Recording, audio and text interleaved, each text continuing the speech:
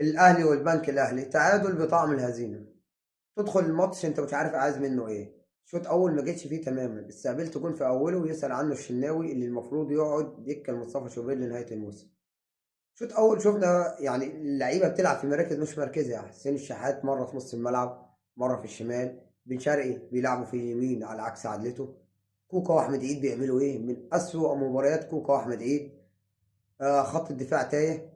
الشوط الاول انت ما جيتش اصلا، شويه مناوشات كده، كورتين اتشاتوا من تريزيجيه. الشوط الثاني انت اتحسنت نسبيا. ابتديت تروح لعبت الكل في الكل وجازفت.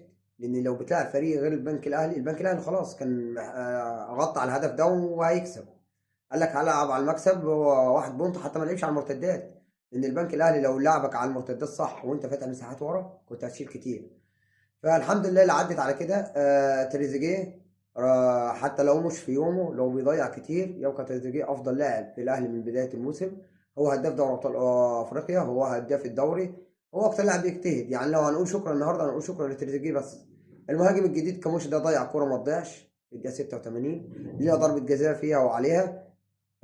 احنا مش هنلوم التحكيم ولا هنلوم ده ولا هنقول ظلم ولا مش ظلم، لا احنا هنلوم لاعيبتنا لان المباراه كانت في ايدنا. كان ممكن فريق زي البنك الاهلي، البنك الاهلي واقع السنه دي، لا فريق في اخر الجدول.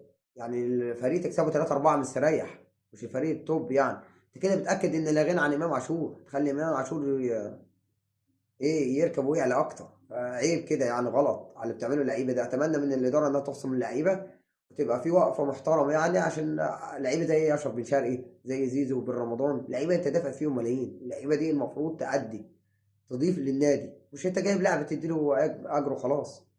فنتمنى ان يبقى فيه وقفه من كابتن سيد عبد الحفيظ ومن كابتن محمود الخطيب على اللعيبه. ونتمنى ان شاء الله بالعمر يلعب، لان بالعمر لو بيلعب برجل واحده اكيد افضل من كوكا. يعني كوكا مش مكانه يعني، كوكا خط نص بتلعبه. يلا بقى.